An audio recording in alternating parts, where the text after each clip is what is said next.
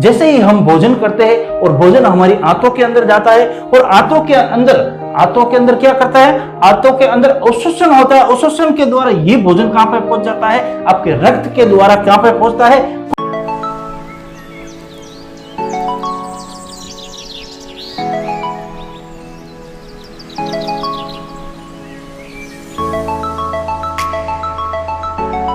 आपका दोस्तों आज हम विज्ञान का पहला पार्ट शुरू करने जा रहे हैं।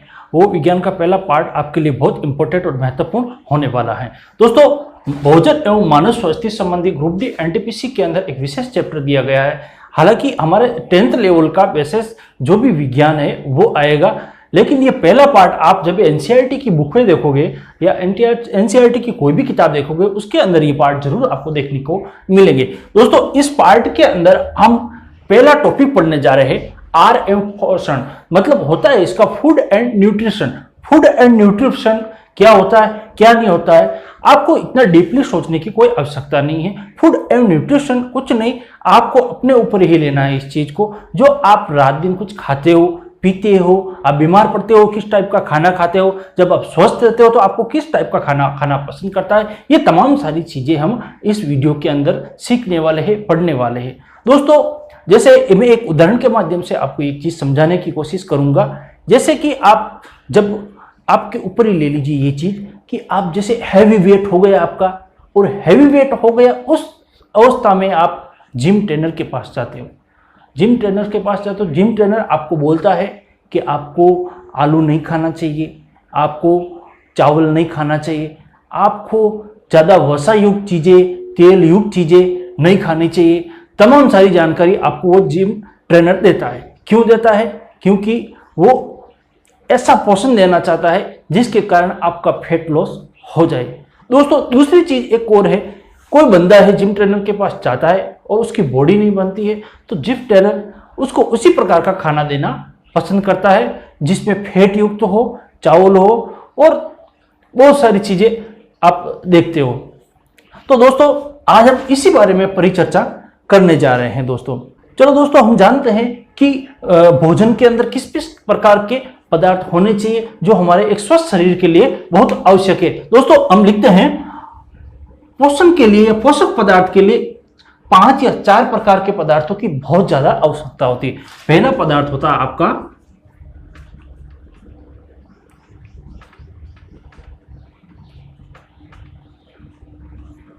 कार्बोहाइड्रेट, दूसरा आपका हो जाएगा वसा, जिसे आप क्या कहते हो, लिपिड कहते हो।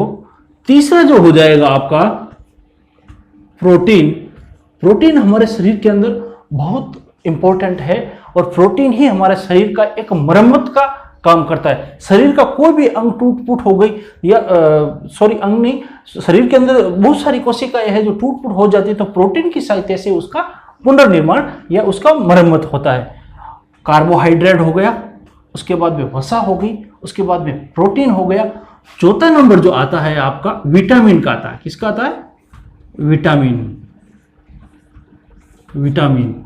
और 5वां नंबर आपके खनिज लवण कह सकते हो, लवण कह सकते हो। क्या कह सकते हो आप? लवण।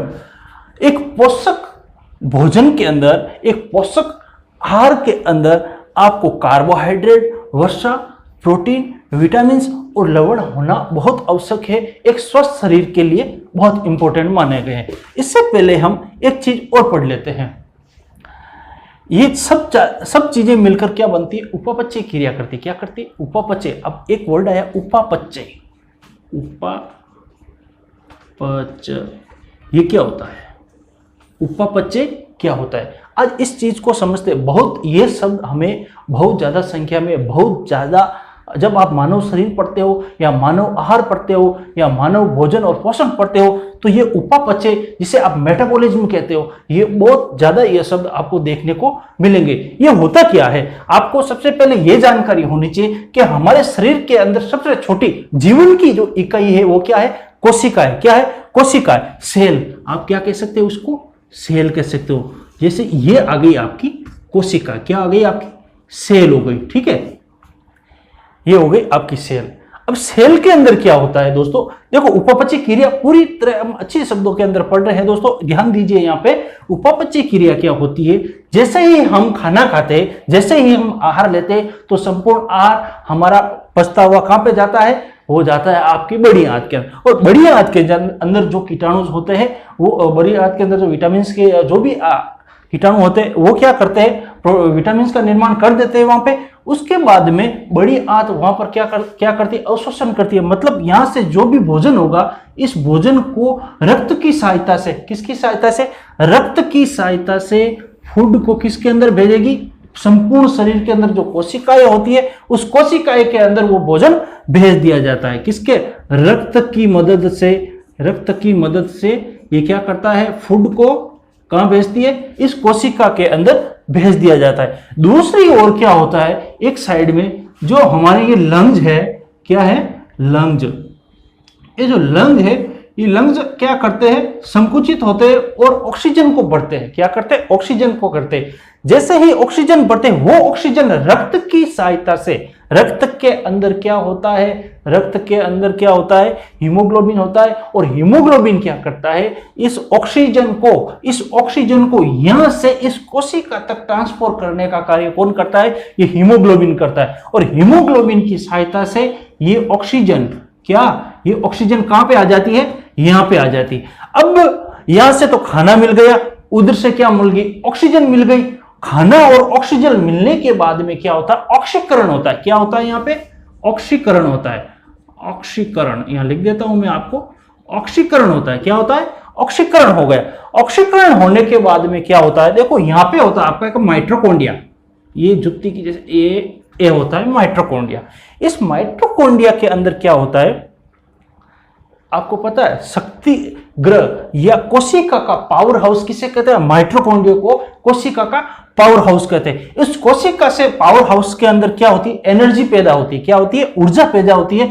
ये एनर्जी, कुछ एनर्जी तो रिलीज हो जाती है और कुछ एनर्जी क्या हो जाती है, स्टोर हो जाती है। स्टोर क्या हो जाती है, स्टोर हो जाती है।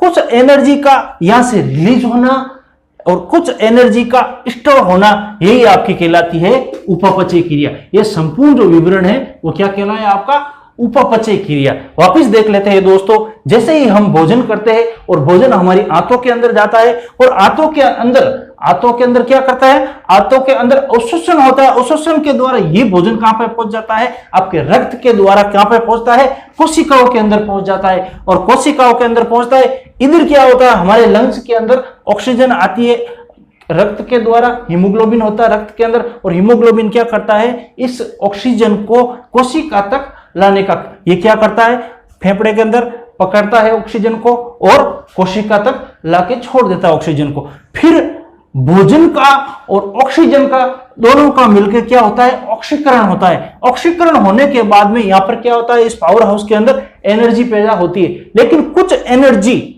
स्टोर हो जाती है और कुछ एनर्जी क्या हो जाती है, हम हमारे एनर्जी के अंदर काम में लेते हैं। जैसे मैं आपके सामने बोल रहा हूं, ये प्रत्येक कोशिका की इकाई के पावर हाउस के अंदर से आई हुई एनर्जी से ही बोल रहा हूं। आप जैसे मुझे देख रहे हो तो ये इसी एनर्जी के द्वारा आप मुझे देख रहे हो। हाँ, मैं बोल रहा हूं तो मेरी जो एनर्जी ज्यादा खर्च हो गई और आप जो देख रहे हो ये आपकी एनर्जी थोड़ा कम खर्च होती होगी। दोस्तों एक चीज और बता देता हूं आपको, किसी व्यक्ति के अंदर यदि उपापचय जो क्रियाएं होती है वो तेज होती है तो वो बंदा क्या होता है, एकदम दुबला पतला टाट की तरह होता है। कैसे दोस्तों, ये चीज समझते हैं। जैसे ही उसने खाना खाया और खाना खाने के बाद में इसकी ये उपापचय क्रिया हुई और जो एनर्जी सीधा ही पूरा पावर में कन्वर्ट हो गई और स्टोर नहीं हुई, मतलब उसके अंदर फैट बचा ही नहीं। तो हम अक्सर आसपास देखते हैं कि कोई आदमी कितना ही भी खाना खा लेते लेकिन वो रहता कितना, एकदम दुबला पतला रहता है। आप देखोगे कि 10-10, 15-15 रोटी खाने वाला बंदा भी एकदम उसकी ऐसे पतला सा रहता है। लेकिन कुछ व्यक्ति ऐसे भी देखते हो आप कि बहुत कम खाता है, एक रोटी, आधी रोटी या 1.5 रोटी खाता है, लेकिन एकदम फूलता ही जाता है। एक्चुअली होता क्या है, वो स्टोर करता ही रहता है। हाँ, मैं एक चीज बोल रहा हूं, ये अपने के ऊपर मत लेना, क्योंकि ये और भी कारण हो सकते हैं, हो सकता थायराइड की प्रॉब्लम भी हो सकती है, और भी कुछ प्रॉब्लम हो सकते हैं, लेकिन एक ये भी कारण हो सकता है। मैं जरूरी नहीं कह सकता हूं कि ये भी होगा, और भी कारण हो सकते हैं दोस्तों आज की क्लास में इतना ही। नेक्स्ट क्लास में इसी चैप्टर को आगे बढ़ाते हुए पढ़ेंगे। थैंक यू दोस्तों।